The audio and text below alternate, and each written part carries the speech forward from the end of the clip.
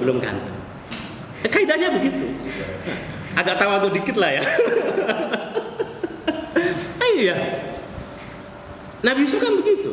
Beliau difitnah dengan fitnah yang luar biasa sampai kemudian beliau dijebloskan ke dalam penjara. Ya gara-gara kegantengannya itu. Ternyata ini bukan satu-satunya orang dalam sejarah. Umar bin Khattab itu pernah lewat satu tempat. Ada seorang wanita, dia berdendang dengan syair. Dendangnya kira-kira kalau diterjemahkan dalam bahasa Indonesia, manakah yang lebih pantas bagiku? Untuk mabuk gara-gara arak, ataukah aku lebih baik mabuk karena seorang laki-laki bernama Ariston? Salah. Nah, Nasr ibnul Hajjaj. Ya. Bingung itu Umar bin Khattab, siapa ini Nasr ibnul Hajjaj ini? Kok sampai bisa disamakan mabuknya itu dengan khamr, dengan arak? Besok Umar bin Khattab bilang sama ajudannya, ada nggak orang yang namanya Nasr ibnul Hajjaj? Ada. Panggil, suruh datang. Dipanggil, memang ketika datang itu orangnya ganteng luar biasa. Dan dia membuat fitnah. Banyak wanita-wanita itu yang tergila-gila, kesandung-sandung. Nah, kita ini kadang ngerasa ganteng padahal ya orang nggak sampai kesandung gitu. Itu baru merasa doang. Dan dilihat sama Umar bin Khattab, orang ini bisa ganteng itu gara-gara apanya? Wah, kalau dikasih tahu mangan apa, jangan-jangan nanti pada ikutan nanti di sini kan. Ternyata yang membuat ganteng itu terutama adalah rambutnya. Maka Umar bilang sama pengawalnya, potong itu rambutnya, habisin, pelontosin, dibotakin.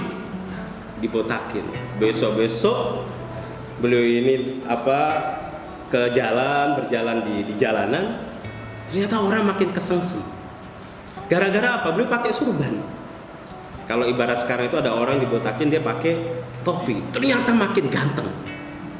Yang kegila-gila itu makin banyak. Kata Umar bin Khattab, ini udah nggak ada solusi lain ini, udah nggak ada solusi lain. Sama Umar bin Khattab bukan sekedar di penjara, tapi di Yunfa itu diasingkan, kayak dibuang ke Nusa Kambangan. Ini orang saking berbahaya dibuang ke Nusa Kambangan. Sama Umar bin Khattab dibuang ke Basrah. Kalau kita itu kan dibuang bukan karena gantengnya kita, mungkin karena pulang kemalaman dibuang sama istri, usah tidur di rumah gitu. Beda, nasibnya beda, kasusnya beda.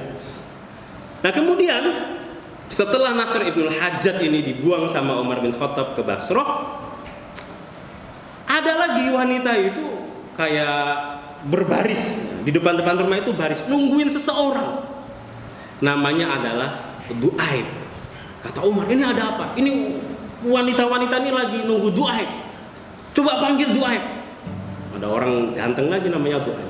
Dipanggil Du'aib. Ente yang namanya Du'aib betul. Ente ini siapa? Kenapa ente ini kok sama orang-orang dibikin mabok itu? Ente ini siapa? Du'aib bilang, saya adalah saudara sepupunya Nasr ibnul Hajjaj. Jadi emang ini satu terai itu orangnya ganteng semuanya gitu. Sama Umar bin Khattab, botakin dia, dibotakin ternyata lebih ganteng lagi, ini gimana lagi gitu. Masya Allah. Itu juga yang terjadi dengan Nabi Yusuf. Beliau karena saking gantengnya kemudian masuk ke dalam penjara. Nah ini sebagai sebagai perenungan buat kita agar tidak terlalu GR, tidak terlalu gede rumongso ngaku ganteng kalau seandainya belum sampai berujung kepada satu masalah. Kembali kepada Nabi Yusuf. Jadi Nabi Yusuf itu rentetan peristiwanya sangat menyakitkan. Tapi begitu Nabi Yusuf ini menjadi seorang pejabat di Mesir dan saudara-saudaranya dalam keadaan lapar, saudara-saudaranya datang. Nah, coba bayangin itu. Kalau kita pernah dibuang sama saudara kita dilecehkan sama saudara kita, pas kita kaya, kita punya posisi, kita punya jabatan, saudara kita dalam keadaan miskin, dekil, lalu datang ke kita, minta-minta sama kita. Wah, semua dendam itu kayak mau diluapkan. Tapi Nabi Yusuf enggak. Kata Nabi Yusuf, sudah, saya nggak mau inget-inget lagi yang dulu-dulu. Berbeda dengan bapaknya. Bapaknya itu masih belum ridho. Karena itu kemudian saudara-saudara Nabi Yusuf ketika minta Pak, tolong saya dimaafkan. Tolong mintakan istighfar kepada Allah Subhanahu wa taala, mintakan ampun kepada Allah Subhanahu wa taala. Apa jawab bapaknya Nabi Yakub itu? Saufa. Kata bapaknya tuh saufa. Ya udah nanti aja tak maafke. Nanti aja saya mintakan ampun sama Allah Subhanahu wa taala. Karena dengan menggunakan bahasa saufa. Nabi Yusuf langsung. Saking itu nggak mudah mengelola perasaan seperti itu. Nah, tapi inilah sifat dari orang-orang yang bertakwa, wal afina anin nas. Tidak perlu kemudian diungkit-ungkit kembali. Yang terakhir, Bapak dan Ibu serta Ustadz dan Ustadzah yang saya hormati, sifat orang yang bertakwa adalah walladzina idza fa'alu fahishatan aw dhalamu anfusahum dzakarullah fastaghfaru lidzunubihim. Bertaubat dari kesalahan. Saya tadinya berpikir bahwa orang yang bertakwa itu orang yang bebas dari kesalahan, nggak mungkin dia salah. Tapi ternyata semua orang itu bersalah. Sampai orang yang bertakwa juga bersalah. Bedanya adalah orang bertakwa ketika salah, ketika khilaf, buru-buru meminta ampun kepada Allah Subhanahu wa taala. Bapak Ibu sekalian, jangan salah. Orang bisa taubat itu bukan karena kehendak pribadi.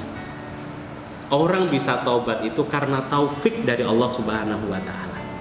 Karena itu kalau ada saudara kita melakukan satu kesalahan dan dia bertobat, tolong diterima. Karena orang tidak mungkin bertaubat kecuali mendapatkan taufik dari Allah Subhanahu wa taala. Yang menyebabkan dia mau tobat itu adalah Allah. Kalau panjenengan di rumah ada masalah, kemudian ya orang yang di rumah panjenengan ketika berbuat salah lalu minta maaf, bertobat, diterima. Karena yang membuat dia melakukan tobat itu adalah Allah. Ayatnya apa? Tsumma taba 'alaihim liyatubu. Kata Allah Subhanahu wa taala begitu. Tsumma taba 'alaihim. Lalu Allah Subhanahu wa taala mengilhami mereka untuk bertobat. Liyatubu, agar mereka mau tobat. Jadi nggak ada orang itu tobat itu karena kehendak pribadinya, nggak ada. Dia mendapatkan ilham itu dari Allah Subhanahu wa taala. Orang ini mau bertobat memang karena dikasih taufik sama Allah Subhanahu wa taala, maka terima. Karena itu kemudian dalam hadis yang lain Nabi itu pernah mengatakan begini, maafkan saudaramu, baik dia itu dalam keadaan jujur maupun bohong.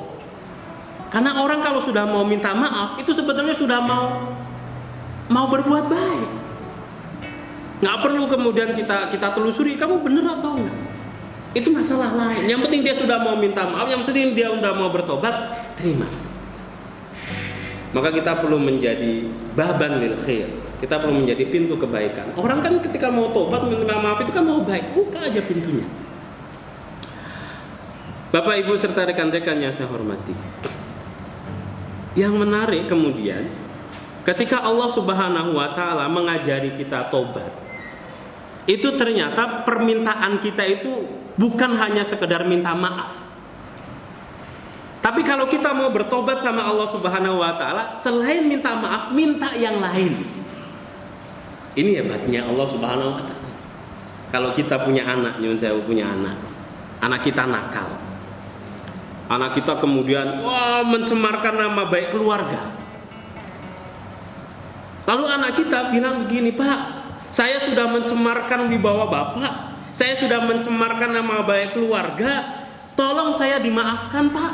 Tapi selain dimaafkan, tolong saya dibelikan mobil BMW. Marah nggak panjenengan? Marah. Karena kita manusia. Tapi Allah Subhanahu wa taala memberikan kita kaidah soal babnya taubat itu begitu. Jangan hanya sekedar minta maaf, jangan sekedar minta ampun kalau sama Allah Subhanahu wa taala, tapi juga minta fadlun yang lain. Nabi Adam alaihissalam melakukan satu kesalahan dengan istrinya. Kalimat istighfarnya bagaimana? Rabbana zalamna anfusana wa illam taghfir lana. Ya Allah, kalau Engkau enggak ngampuni kula ya Allah. Kalau panjenengan enggak ngampuni kula ya Allah. Wa illam taghfir lana. Tapi ternyata Nabi Adam enggak hanya sekedar minta ghufran saja.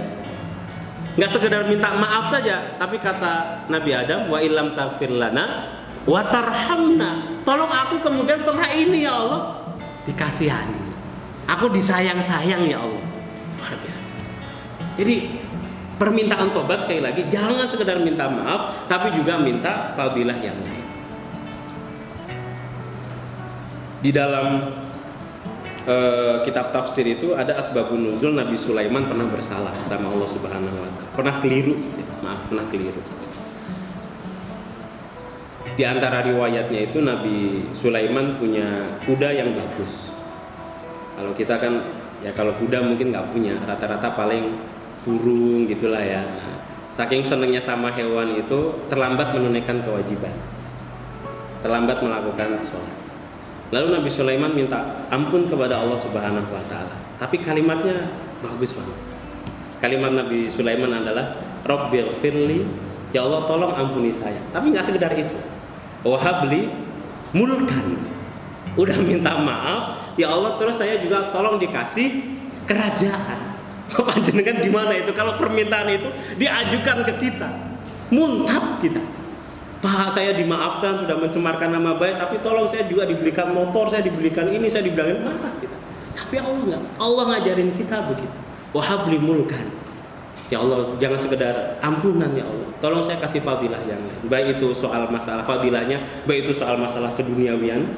Maksudnya duniawi ya, mungkin kita minta rumah, kita juga minta rizki yang semakin baik sebagaimana Nabi Sulaiman, atau kita mintanya kasih sayang Allah Subhanahu wa taala sebagaimana Nabi Adam.